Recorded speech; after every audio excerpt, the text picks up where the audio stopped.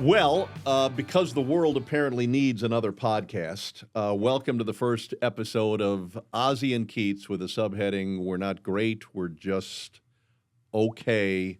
And I will tell you, as we sat down to tape our first podcast, you get recognized as Gordon Ramsay. Dear God. It happens more than More than it should. More than it ever should. The things I've been accused of, I do kind of like it. I must admit. Comparable Comparable to the to other other things. things, yeah. Over the course of my either my hockey career or now what I do on television. So I do enjoy it a lot of times at hotels quite a bit, in elevators and especially in restaurants. A lot in Chicago. At a nice steakhouse downtown once, which that was I actually played along with it for a little while.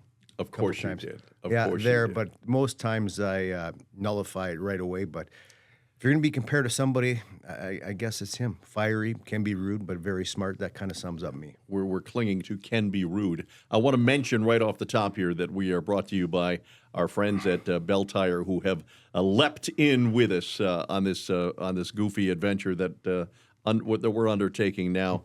But let's start here. How would you describe our relationship? Mysterious, odd, surprising. Surprising being because back, Joe Louis, when you'd interview me, and you'd come in and back in the day, that old saying, I don't love it. The reporters and the players were a lot closer than they are now. You guys were in the room. You guys had your limits. Scotty had his curtain up. You guys could only come for so long with a timer. But still, nonetheless, you guys were in our stalls, right, with us. And it was more, I don't want to, intimate wouldn't be the perfect word, but I'm going to use that. You guys were close to us, and it was usually right after the game, and you guys had this addiction with going to the goalie, thinking I knew everything that happened in the game every time. So when either me, Chris Draper, Kirk Maltby, and, all the stars left, they left the room. So it was usually us. Stevie usually didn't want to talk to the media after the game. No, he didn't talk a lot. And when he had something right. to say, it would be serious business when he talked. You know that, and but you'd usually gravitate to me right away, you and a few others, and and I'm not gonna lie. At first, I'd be irritated with it and be getting sick of it, but then I grew to like it. But tell the kids the story of the interactions that we had, because I would ask you if you had a minute to talk after practice or after a game, and you would say, wait a minute, John, I'll be right back. And then? Well, I would go in the back because when you play goalie, you sweat a lot. Even when you're standing there, a lot of people think, oh, you're just standing there not doing anything. It's hot, so you'd be dry. I'd change my underwear in something more comfortable. I usually grab something to relax myself. I'd sit in the sauna. And I'd lather up. You took your shirt off every time. Yeah, every time he would come back without a shirt on. And oiled up. And oiled up. Yes. It was every time, it's like, I'll be right back. And then probably 5 minutes later, you'd come back all oiled up and ready to go on TV. And that comes from my fondness of David Hasselhoff when I watched Baywatch back. And for real, I was David Hasselhoff twice for Halloween. So it kind of... Wait, what? Yeah, twice. You were David Hasselhoff for Halloween? It wasn't good enough once, and it was good enough, so I had to go twice. Let's do it again. Now, I can't do that, obviously, now, hence that picture that I took from the press box with Ken Kell.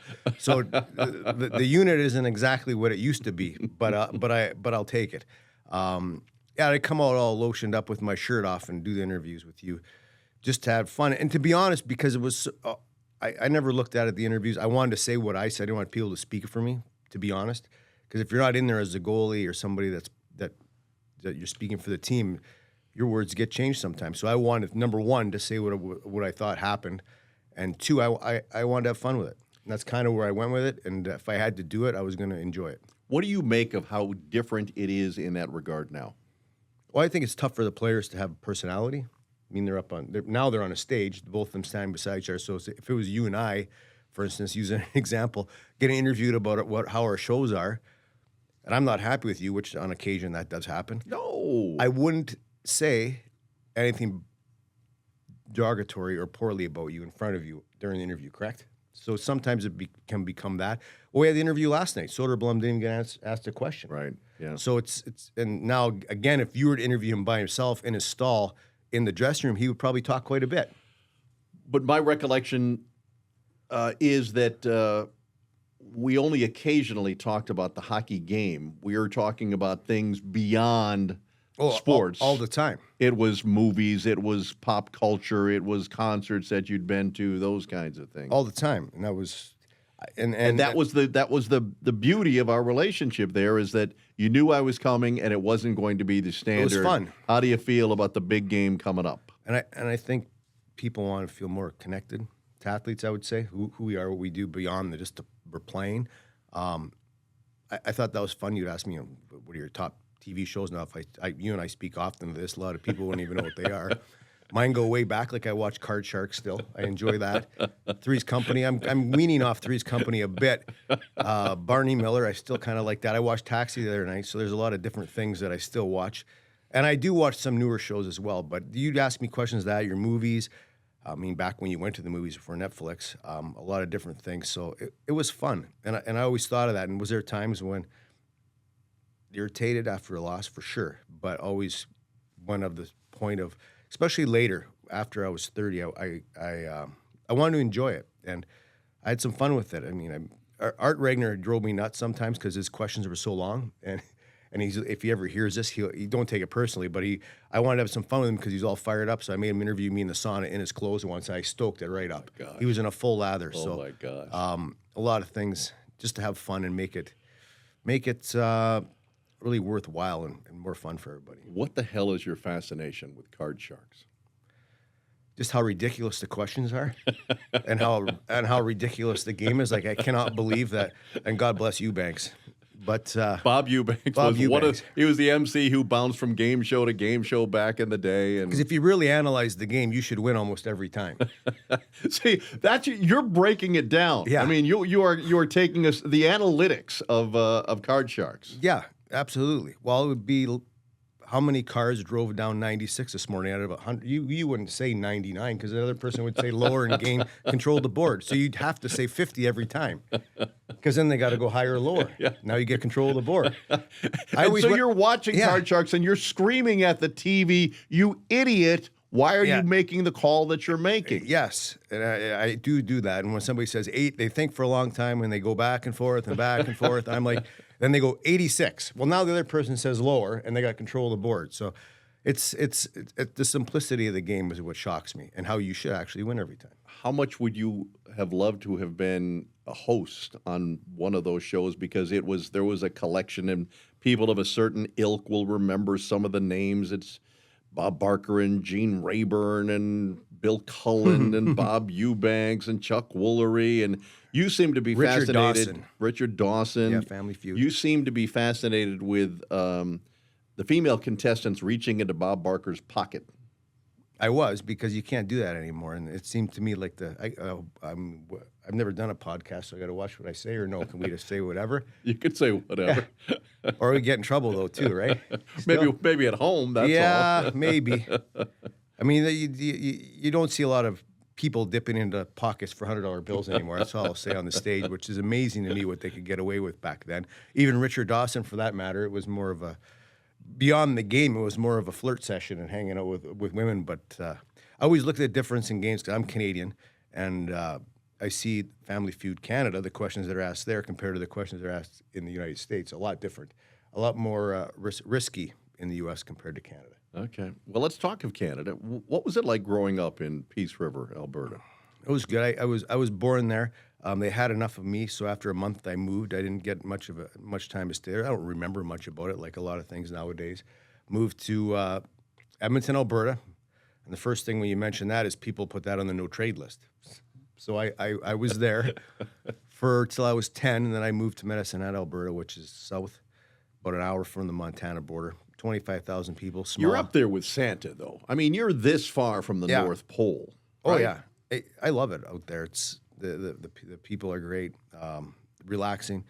Blood pressure's way down when I'm back home. My mother still lives there. Brother still lives there. But to be honest, Medicine Hat would be a lot like living if you were to live in the area of Livonia, Northville, Canton, all those areas. So it's very similar to that. People are almost the same. If not the same, but except you have to plug your car into the engine block heater if it's Always you'd outdoor plug it in. at the end of the day, right? My mother would make me go out on farmstead in a little house, freezing, plug the car into the house. You'd have to. It'd be so cold.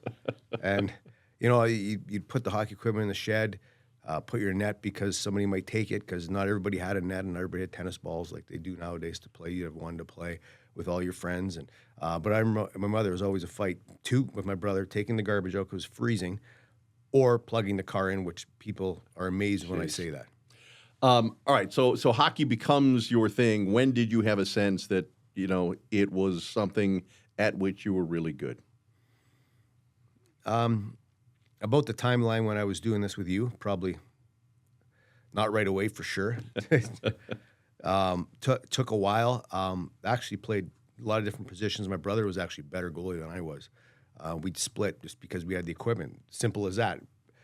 Back in those days, you just did stuff just because. There was no real thought. Sure. The goalie equipment was at my house. Who's the other goalie? Well, my brother is because it's easy for us to use that, and we're going there at the same time. But he was real good. Played a lot of different positions, and probably, but to your question, probably when I was 15, 16, actually thought I had an opportunity, and got a break though. There's this in junior you can play at 20-year-olds and overage. I was 16, so that means it's like a freshman. We'll say that. And my partner was a Swedish goalie, who, by the way, gave me the worst chew I've ever had. I could barely get home after the game. So, have you ever had Swedish chew before? It's very powerful, very strong. The Swedes didn't know this.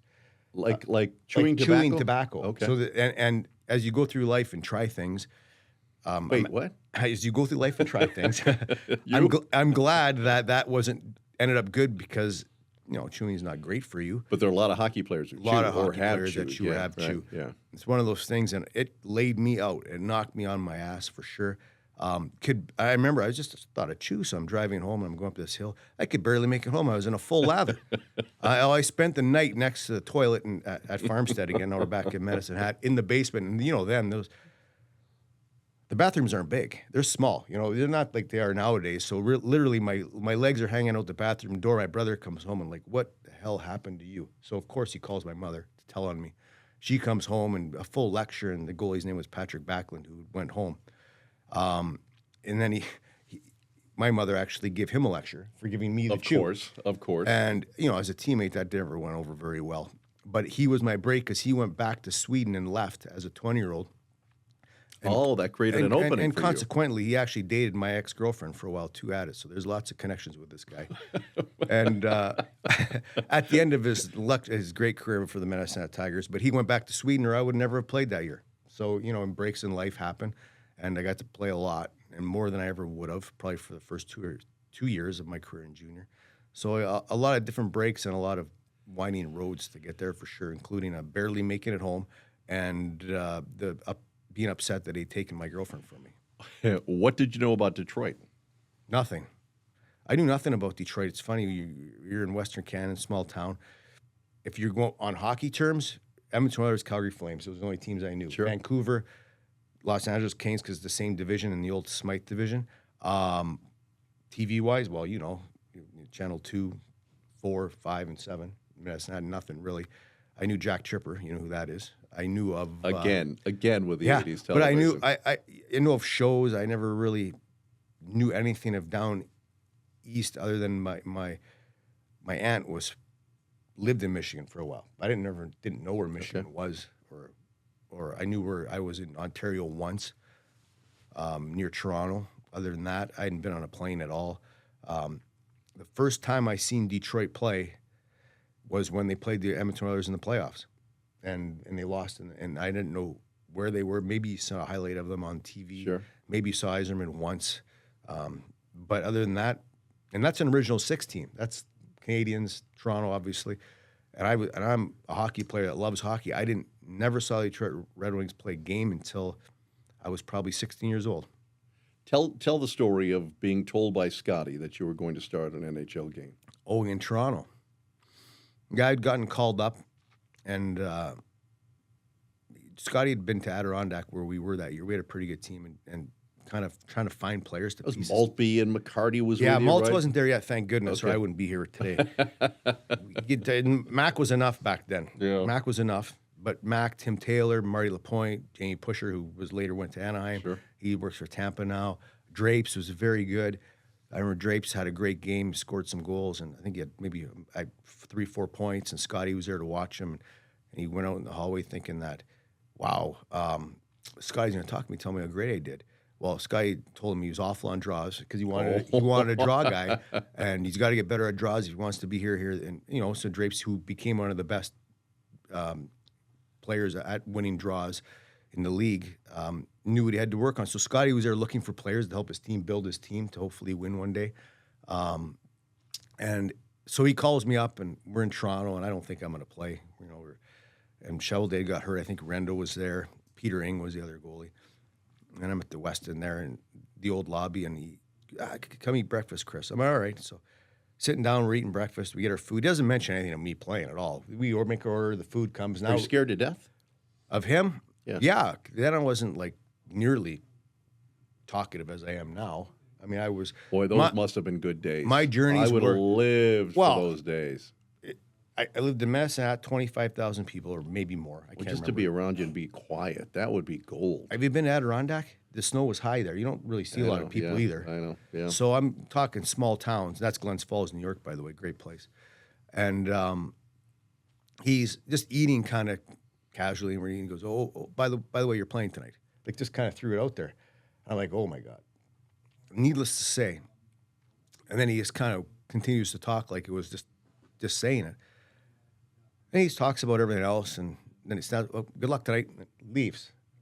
So needless to say, I didn't sleep that afternoon. There was no pregame nap. There was none of that. And now again, you talk about growing up. Well, I know it's Maple Leaf Gardens, great building. All the places.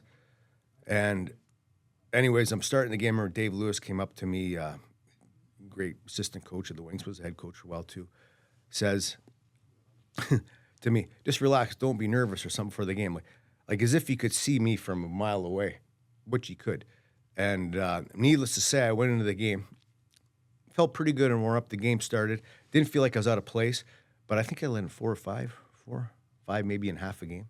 And I remember coming out of the game, and Scotty gives me a towel and says, I'm thinking he's going to braid me. I think he's going to, be all over me. But he says, don't worry about it, kid. You'll be here for a long time. And I'm sitting on the bench, trying to decipher that, what he means by that.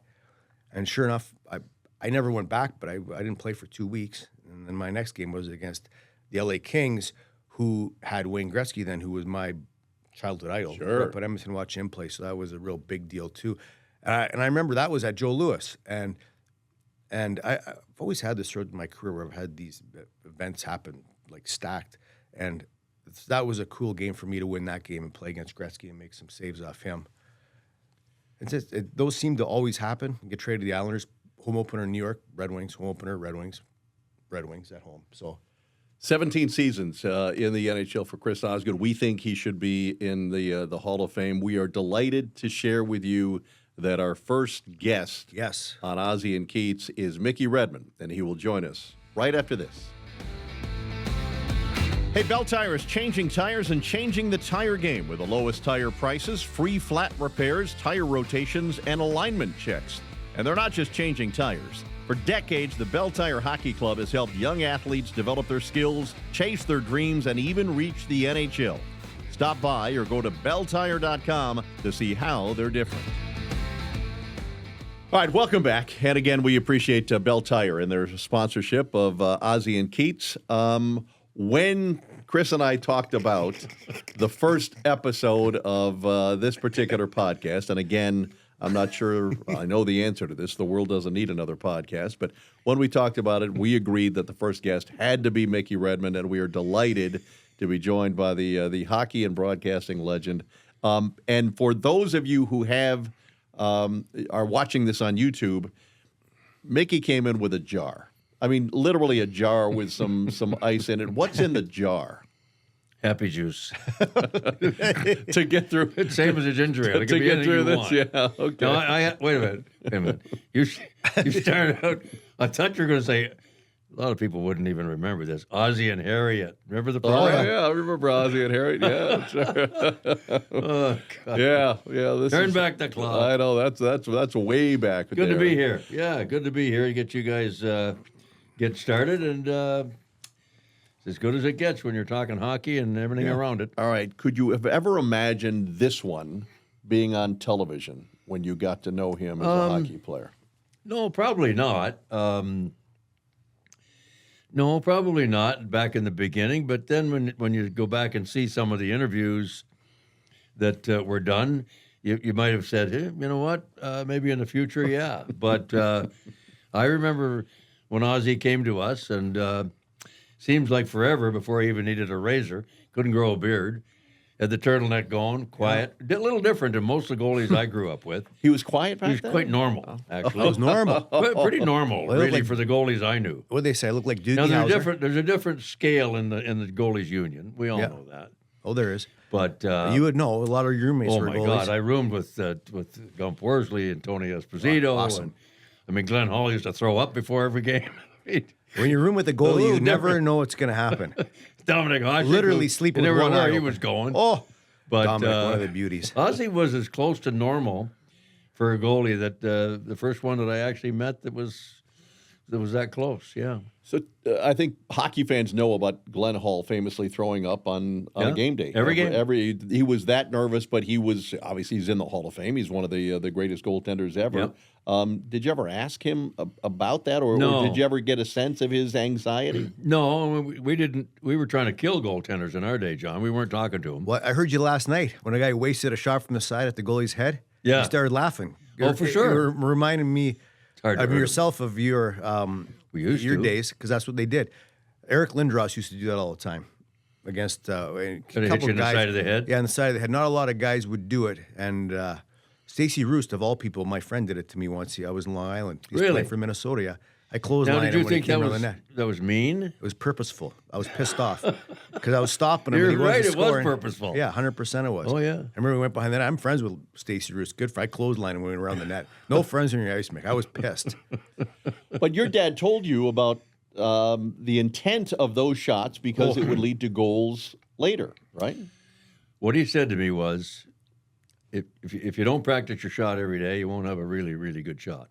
So I did. And he said, if you get a goalie moving up with his body and his lower body, he cannot move his pads right or left. He can't do it. It's physically impossible. So he said, use your shot as a weapon. Use it as an intimidator. Go for the head, get him going up, and then you go down. I mean, Yeah. just common sense, really. Yeah. Strategy of the game. Why not use it? I want to ask you about coming up when you were a star with the Montreal Canadiens, and you were a single fella, and you scored, you had 20-goal seasons, and your team won the Cup. What was it like to be single in Montreal as a member of the Canadiens, winning the It Stanley didn't Cup? take you long to get there, did it? We've known It each was other. fun. We've known each other for a We'll keep while it. now. It was fun.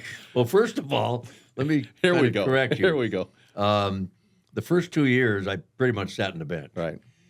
There was only 10 forwards, and each team had a 10th forward, and I was in Montreal. It was me who opened the door for everybody most of the time, and you didn't get on the ice much. I used to keep notes about how little I played, and I think come out of junior, score 95, 100 points, 50 goals, and you go to Montreal and you score 6 goals. Like, whoa, boy, what happened? That's 2 years. Yvon Cornway, the great one, the Roadrunner in Montreal, the first 5 years that he played for Montreal, he only played power plays. I mean, it's people go, really? And he was a specialist. He could fly, he could shoot, he was tough to go to the net. That's the way it was in those days. So, I mean, Montreal is a great city. I mean, it's like an international city, and I learned how to speak French because I had to. You couldn't order breakfast a lot of people do speak English there, but it was fun, and I think what I found out over time, you make a lot of mistakes, and they teach you some nasty things to say. The French guys having fun with you, and then they laugh at you, but they laugh with you. But underlying it all, they love the fact that you tried to be able to speak, and I absolutely love the French language. And Ozzy, you'll remember, we had at one point in time in your go here, 4, 5, or 6 guys that spoke French on our team. Yeah, we did. You know, and so I used to be able to speak with them and practice. Now it's more Europeans, and the French language is. But I still really enjoy that French language. It's beautiful, and the Quebec people they have a European way about them. They're a little more easygoing. They like their sidelock cafes and a little ginger ale here and there, and a glass of wine, whatever. It's good. I just saw a clip of us reliving the trade from Montreal to Detroit in 1971. And I was reminded at the time that you got a little sideways with the Montreal management. They were looking to move you because they didn't like your mustache. They didn't like the way you dressed a little bit. They were looking for, and obviously they got Frank Mahovlich back in that trade, which was a monster deal at the time. How ready were you for that? And how staggered were you by that? Rogie Vachon and I were both considered rebels because we wore colored shirts. Nobody wore colored shirts except bus drivers. Had mustaches, long hair. Wow. They didn't like all that stuff. They wanted people to be towed under and controlled. We weren't going to be controlled. So I think we let it be known. And I remember, I think one meeting that I ended up having, and they said, "Well, let's see how you play it going forward." And I think they got under my saddle too much. And I said, "Don't even bother about that. Just get rid of me. Go ahead." I was anti-establishment, I think, John. But yeah, they tried to control you and your life, and I took exception to that. And how much did you blossom, or how much did you welcome the chance to go to Detroit and really develop? Obviously, you became a superstar. Well, at first, not at all, because Detroit was so buried they couldn't see up, and that organization was completely upside down with ownership and Bruce Norris. They were nowhere to be found. Absentee ownership and poor everything. They were completely discombobulated. It was not good, but the chance to, I guess, play regular, get more ice time, get some power play time, and I was very fortunate to play with Gordie Howe and Alex Delvecchio, Gary Bergman, Nick Livett, and all those guys. Marcel Dion, we drafted him right away, and then they buggered with him and forced him out of town. I mean, it was just really, really bad ownership. Bruce Norris was not a good owner at all. And it showed, because your team is as good as your upper management all the way to ownership, for sure. Back-to-back 50-goal seasons, though, and then the back problems began to flare up. Take me back to what happened with the back. Well, I don't really know if there was one accident that caused it. I remember one time being hit from. I was blindsided by Tiger Williams over by the. Oh my! I remember it was over by the Zamboni entrance at Olympia. I was looking the other way, and he kind of punched me in the chest and knocked me down, and I went down on my spine, on my back, like a V. That's the only collision that I remember that could have started the ball rolling. But as was the case back in those days, unlike today, they just didn't care whether you were hurt or not. They abused you and forced you to play under duress. Didn't take care of you very well. And by the time I went to Mayo Clinic in Minnesota, the surgeon said, you trying to play with the problems you got in your back is me trying to do surgery with the shakes. Jeez. So the damage was permanent by that time, but it was too late. And my right side never did come back the way it should have. I remember a play with Barclay Plager, St. Louis, going down the right side. Normally, if I had an angle on that defenseman, I could cut in, get an opportunity, just like Soderblom did against Carolina. And I ended up in the corner with Plager next to me, and I thought, something's not right here. I lost the power in my right leg. Oh, my. So that was the first sign to say something's going to go. So, all right, and fast forward to the point that somebody taps you on the shoulder and says, "We got this TV job that you might be okay with." Was that on TV? Was that the first iteration that you had of being a I'm television not sure if person? it was on TV or not. We did 15 or 17 games And there was some pay-per-view in there that I remember. They tried that. But when I came back, I tried to make a comeback in '79, and 2 or 3 weeks in Adirondack didn't work. And when I came back, somebody said, "Would you like to try television?" I said, "Well, I guess, why not?" And they said, "Well, here's a microphone and go." it was pretty raw, but and that's how it started. You've seen it. You've seen it, though. He can't go anywhere without being recognized and embraced and mobbed. It's something, isn't it? It is. In Michigan? In Michigan. We're ranking him right now? Yeah, right. We're going to rank Mick? Yeah. Top 5 for sure of people. He's beloved in Michigan. Up north, the UP, the Upers love him for sure. Oh, yeah. Every time up there, it's... Oh, it's been. How's Mickey? It's been an unbelievable ride, but I think from the beginning, I had pretty much had to be self-taught because there was nobody there to say do this or do that, and I learned the hard way. Made lots of mistakes, and you learn from your errors, and it's the way it was. For a good chunk of that time, you had Dave Strader alongside, who was obviously somebody who could sort of steer you along, show you the way. What was your relationship like with the great and late Strader? That wasn't necessarily the case because when Jimmy Lights, who was here, called me and said, "I want to break up our television and radio and separate them. No simulcasting. I'm going to bring a guy from Adirondack who's never done TV before." And never done the NHL before. And I need you to kind of hold it together. I said, well, okay, whatever, we'll try it. First night we went to work was in, I think, Minnesota or Pittsburgh, I forget. And Dave was wavering from right to left before we went on.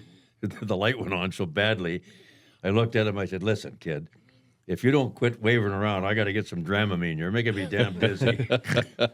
You were the veteran at that point, Oh, right? yeah, I mean, you were because the one. I had Yeah, started. okay. I started in '79 with On TV or whatever it was, Right. And it might have been On TV then. Yeah. And then went off to Hockey Night for Right, 5 years, right. but I was Yeah. still doing Red Wing games. Right. And then I decided at that point in time when Jim Lights called me, time for me to get out of the network stuff and put some roots down in Detroit, because I was traveling every Tuesday. I would leave and fly somewhere and do a midweek game for Toronto or Montreal, come home Thursday, fly out Friday, a lot of times from Windsor, Right. go into Montreal, do a game Saturday, and fly home Didn't Sunday. you do the Edmonton-Calgary series? Those huge well, series? the one, which, the one when Steve Smith scored in his own which they net. called the Battle of Alberta. So you're Yeah. shuttling between Calgary and Edmonton. Oh, yeah. Oh, my gosh. I started actually with Hockey Night when the Islanders went on their run. Yep. Right after the Olympic win for the USA. And those 4 games against Edmonton when the Oilers couldn't keep the puck out of their net. Yeah. And when they learned how to win 3-2, 2-1, they became champions. Did they ever? I was with all those series. Yep. CBC, yeah. Bob Cole, Danny Gallivan. Oh, my God. outstanding. They were the best. So Dave Strader moves on to ESPN, and Mike Goldberg comes in, and I think hockey fans in Detroit might not recall that when the brawl happened in 1997 between the Wings and the Avalanche, you missed it because you were on your way downstairs. I missed the I called a lot of it off the monitor because there was no elevator at the Joe because they had mistakenly not put a press box in when they built it. I know. So the architects, whoever they were, God bless certainly them. not in the Architecture Hall of Fame, that's for sure. So then they had to take out some seats, put in the press box, which was only about 3 feet wide. A makeshift press Yeah. box. You couldn't yeah. make 2 people pass. And there was no elevator. There was like 90-some steps to get downstairs. So right before the brawl started, I would leave before the period ended to walk down and get ready for an interview. Well, the brawl started. So then I ended up calling part of it off the monitor in one of the dressing rooms downstairs where we had set up. That was that day. I wouldn't say it's infamous, for no way. It's a famous day, and got it all started, Ozzy, for you and Mike Vernon and Patrick Yeah. Waugh and the great rivalry.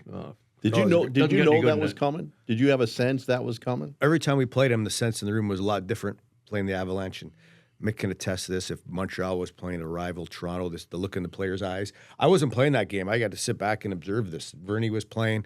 I remember sitting on the bench. I was sitting beside the trainers, and nobody really said anything because the intensity of the game.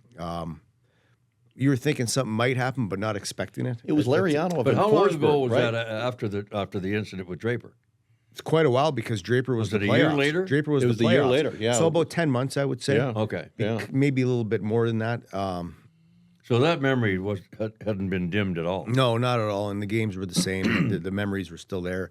And wow, that's and you know what was great about that rival was there was great players. Oh my God! Like superstar Two of the best teams. players. You think Sakic, Forsberg, Fedorov, Yzerman. You had the matchups.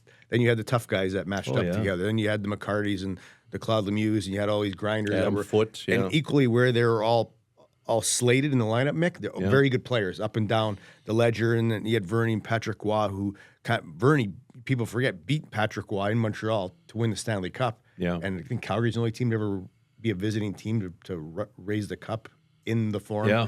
And so, and to be honest, Vernie didn't like him. Vernie did not like him.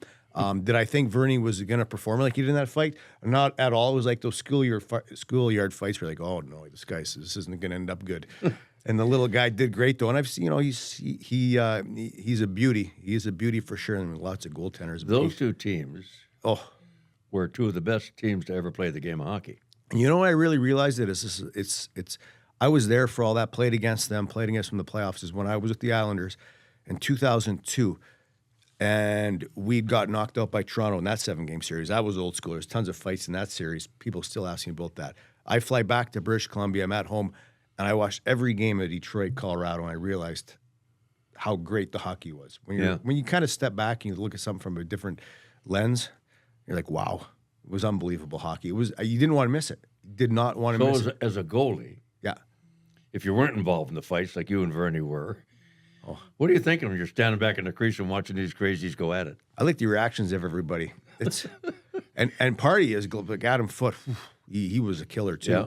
You think of the guys and It's Foote and Shanny, right? That they, Yeah. I mean, they had Midair. constantly, the old right? Irishman, one of the toughest guys But there was going. more to that Yeah. because Kazi had sniffed out that Adam Foote was trying to run him into the nickel seats. Oh yeah. And he jammed his head into the glass and cut him, and Foote was, Yeah, back angry. there was real retribution. Not that I was part of it. I was a goalie. We was hiding behind the mask.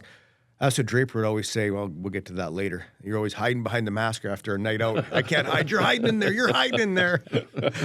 Feeling good where I am Wait, between the what, four. what are you talking about there, Ozzy? I'm all safe between the 4x6. Perfectly safe in there with my mask on. Yeah, I know some goalies that used to do that as well. hide behind the mask. Oh my God! Oh yeah. Yeah, those games are great, and especially the venue, Joe Louis Arena, to have those games there. It was, oh my gosh, it's outstanding. You could feel the buzz in the arena before the game. In the dressing room. The place roared, absolutely. Well, it wasn't. roared. The dressing room was literally under the stands. Now they're kind of back. They're. Remember speaking of the Joe, remember when they came from everywhere to watch the Crowder-Probert fight? Yeah. They came from everywhere Everywhere. for the rematch. Yeah. As Proby had stepped on a stick in New Jersey Yeah. and went down, and Crowder was tough. Oh. He was a tough guy Yeah. in disguise. And they came He from was. everywhere to see that rematch. Ty Domi. Oh my gosh. Oh, my A God. little tough, Yeah. tough son of a gun. He is. All right, For his size, wow. I mentioned Strader and then Goldberg, and then I'll ask you about Ken Daniels in a second. But you've told great stories to us about Ray Lane, who was the longtime fixture on Channel 50, and before that he worked for with the Tigers. Tell me your best Ray Lane story. There was one that you shared with us on the air not too Ray Lane long ago. was folks might not understand what a Q rating is, but the Q rating, I think they still use them, don't they? Yeah. Is that what they call them? To Q a degree, ratings? yeah, everybody has. Yeah, It's basically it's Who how knows? popular is an individual at a TV or a radio station. It's the public opinion. Now, public opinion is totally different today because of all the social media stuff. But this was like a poll. They'd send it out and say, who do you like at Channel 50, for example?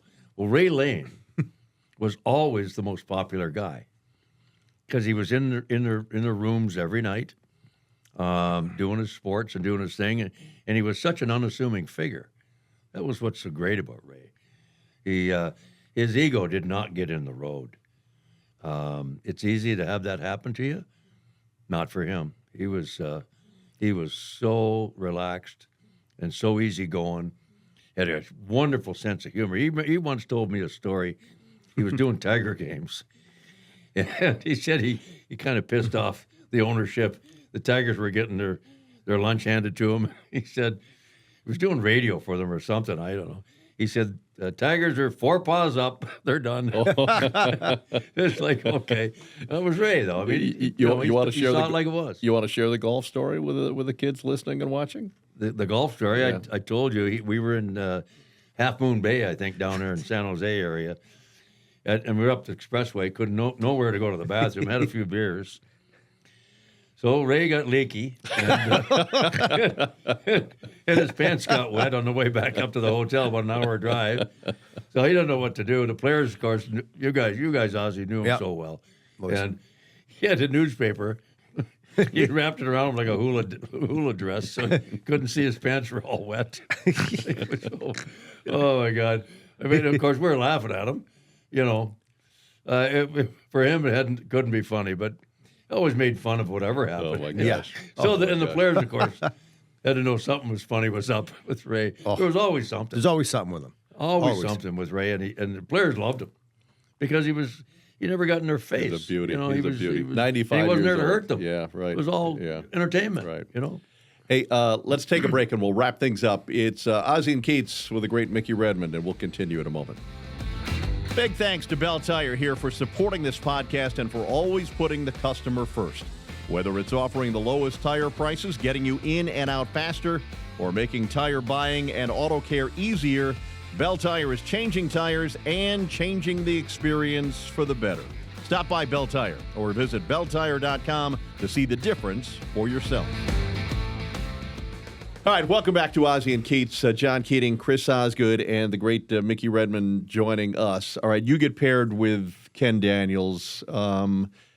Take me back to finding out about each other then, and when you guys developed the chemistry to the point that you are now recognized to be, at least a couple of years in a row, as the best play-by-play and color analyst in the game. I think it's a learned behavior for all of us, where you work with somebody new. You got to learn and listen and pay attention to their idiosyncrasies or whatever it is, and the cadence, and in a voice. When is he really stopping to jump in or whatever? And that comes with institutional memory of being behind a microphone, like all well about. But yeah, I think it's when I started, John, in 1979. The combination of color and play-by-play was probably close to 80% play-by-play, 20% color. Well, nowadays, I remember getting in some trouble with CBC because I was having fun. And I was in Madison Square Garden one time, and the Leafs are getting bombed. I'm doing a Leaf game, and they're getting blown up by the Rangers like 8-3, and it's a springtime game. And the puck goes about 50 rows up, and a guy brought a baseball glove and caught the puck. I said, well, George Steinbrenner will be watching for the Yankees, and there's a call from Toronto from a guy who told the producer, you tell Redmond to quit having fun, the Leaf fans are serious. Oh, my gosh. So we get to the end of the second period, and he tells me this. I said, well, you tell so-and-so to go and do you-know-what. That's it. And if it's not for this rookie play-by-play guy, Jim Hewson, I'll walk out of here right now. Screw him. He was long gone before me because the entertainment part of what we do was not being recognized. Harry Neal was a great example.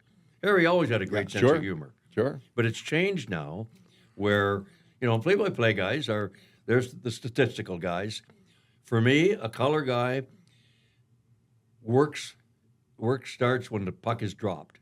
It's the same game, but it's played differently every time you drop the puck. And that's where you get into I use the double E's, educate and entertain. I love teaching the game, and that's why the telestrator is so important for me. And I get a lot of compliments from people who are, on the Casual bubble, fans, sure. watch, not watch, and they go, you've taught me all I know about the game. I go, that's the greatest compliment I could receive. So I look at it that way. In the stupid world that we live in sometimes with all the garbage going on, if we can put a smile on somebody's face for 2.5, 3 hours, then we've done our job. It's great. Well, the best moments, I think, from a viewer's standpoint toward you is when I hear you say either look at this or oh my God, because I'm instantly drawn to the monitor because I know something special is about to happen. That's my training for looking for behind or ahead. You're reading body language of the players that are running around that ice now at 25 miles an hour. You see things that are ready to happen or not going to happen or what may have happened behind the scene. That's why, for me, a high wide angle became important to teach the game. What really happened here? Ralph Mellenby, who was the Cecil B. DeMille of all hockey guys in Toronto, when I got hired, he said, look, you've been down there. You've made the mistakes. You've made the good things. I don't want to hear this is what happened. I want to know why it happened and what made it happen, what happened outside. Right. And in those days, John, we used to have the luxury of 3 replays after a goal or a big play. We don't get that luxury anymore. The games are too fast. And for me, it became a great challenge. The first 2 were fairly easy. Great play by the offensive guy, great play by the defensive guy, bad play by the defensive guy, the goalie, whatever. The third one became a challenge. Where do you go without being redundant and still be entertaining and talk about that play? And it became a real good challenge for me to come up with something that made sense, might have entertained, maybe not, but off the wall. And that's where that kind of stuff started to come out in me. To that point, how much fun, Ozzy, is it to have Mick on post-game when we talk about the game for a little bit, but then we seem to find some rabbit holes? I love listening to Mick's stories because years later, when I first started, it really hasn't changed, where they put the mic in front of you, the cameras are there. First time I went into, then it was, I believe it was Fox Sports. I went into the studio, it was just, they slapped a mic on me. I didn't even know how to put it on. Sat me down. There's camera 1, 2, and 3, let's go. I'm like, oh my gosh, I've never done this before. The lights are bright, you play and do everything else, but it's difficult. And real fortunate to be with the people I'm with there, you two especially. Ken Daniels is great with me on the road. That's something I never, ever thought I could do. But I look forward to the post game with Mick for sure. That's my favorite part. I mean, I love the whole game. I like doing what I do. I enjoy play-by-play as well now when I'm on the color. But that to me is, as you would say, gold. That's my favorite part. I will share this with you, Mick, that I learned because he was pretty nervous when he started doing the TV thing. But I learned pretty early on that if I could make him laugh in the first 30 seconds, he would settle right down. And so I would write something that would make him laugh. And so then I had his attention. But it got to the point when we were in the studio and we had a teleprompter, so all these what I think are carefully crafted witticisms are coming up on the teleprompter. He's reading the teleprompter before I can deliver the line, and so he starts giggling like a 10-year-old before I can deliver the line, which makes me start laughing, and I can't deliver the line because the idiot started laughing before I could get to the punchline. Well, I would say that people love that. Feedback I get, they love that banter between you two. And was that? So I say to me, those guys really dislike each other? I go, no, of course not. They're having a ball. Was that my favorite one? Who's luckier than you two to be able to have fun is what you do. Right. But just to finish up on your question about play-by-play guys and new partners, you just over time, I think that the cadence of a guy's voice and what he's doing, what he's saying, is really, really important. So you have to listen. And I've always said that the play-by-play guy is the first guy, his voice is coming through my ear before it gets to anybody. It's right there. But we've now been, I think it's 28 years. Yeah. And as far as I'm concerned, Daniels, he's become one of the top play-by-play guys in the game of hockey by far. Yeah. Without question, because he does his homework. and he's got a good call. I don't know how these play-by-play guys recognize all these players, like the jersey number. You can't even read them sometimes. But you know what? We start to look right-hand shot, left-hand shot, the hair. Sometimes you see the hair out of the helmet. Sometimes you don't. He does an unbelievable job. And he's been easier once time goes on. Easier and easier and easier because he reads me as well. Absolutely. It works both ways. Yeah, it's a good marriage. You have to read what the other guy's doing or what he's actually thinking. Sometimes you finish the thought once you've been together a lot like that. So it's no surprise that our show, which by the way is not just Ken and I, it's you guys on the desk, it's the folks down in the trucks that don't get seen or heard. It's a collaborative effort of putting an entertaining show on television that can show people some fun and educate them to the game of hockey for that time period.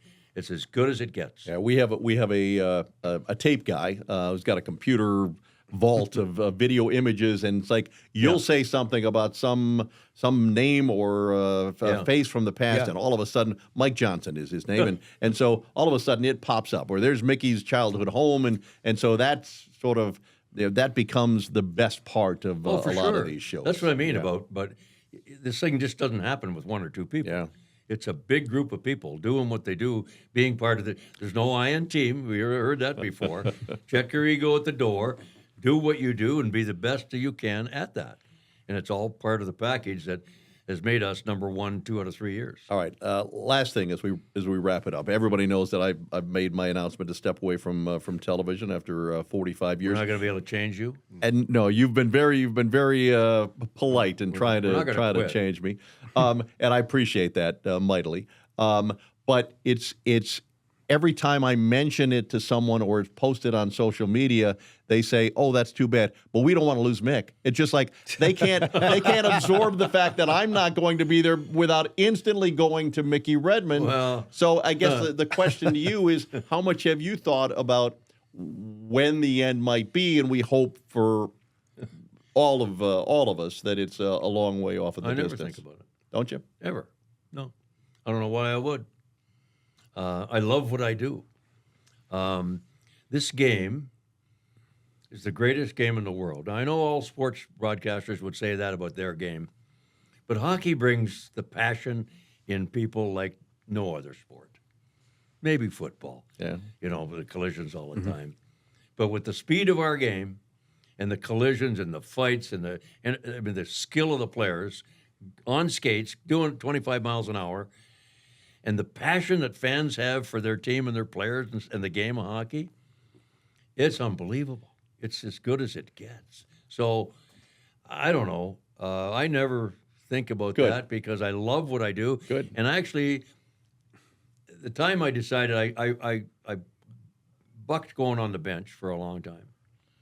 And finally I said, "Oh, what the hell, I'll do it. Just give it a try." And it was the last game at the Joe. Right. Riley Shan scored his first 2 goals of the year that night. He said, "You got to come down here more." But I absolutely love being on the bench in the third period. The kids today are totally different, Ozzy, than your era and my era. Totally different. It's the 2025s, not the 1970s or the 2005s. But it's the same game, John. Yeah. Yep. It's played differently, but it's the same game. When you drop the puck, it's defensemen, it's goaltenders, it's forwards, it's this, it's that. It's the strategy. For me, I don't know why I never think about retiring because I wouldn't want to. Well, and I would be with you if I weren't working with him. He's the one who has driven me to retirement. I mean, I can't do it anymore, and so that became the rationale for making the decision. If you do walk away, you better have a voice in who's going to take your chair next to him.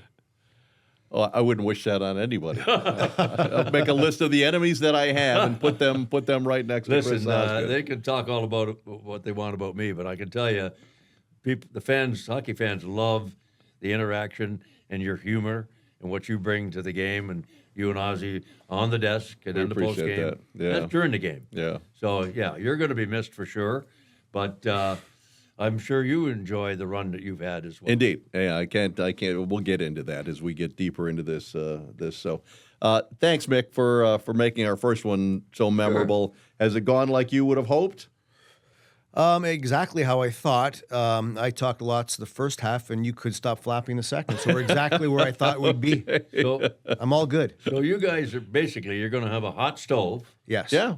Like remember the old hot stove lounge Hot back Stove in the Lounge, day? yeah. Way back. Yeah. King Clancy in Toronto and Turk Broda and all those Yeah. guys with the It's fedoras great. on. And I used to have hot stoves with Kenny Holland, our Yeah. general Oh, manager, on the road. he's Have great a at cup of those, coffee right? and Yeah. talk hockey, and it just never stops. There's Yeah. so much to talk about. You know? Yeah. It's a good so you guys analogy. are going to get to do a hot stove, Indeed. Yes. basically Yeah. with the hockey as your base, Right. every week, which is it's not great. it's not hockey centric. We're going to go all over the map, which will be interesting. We'll But just hockey put you find here. some interesting people. Absolutely, yeah. Hockey put us together, and so we'll see where it goes from there. All right, we'll see you at the rink. Thanks for doing this. for. We appreciate it. Tomorrow night. For Chris Osgood, I'm John Keating. Again, thanks to our friends at Belle Tire for their backing of Ozzy and Keats, and we'll see you next time. Thanks, everybody.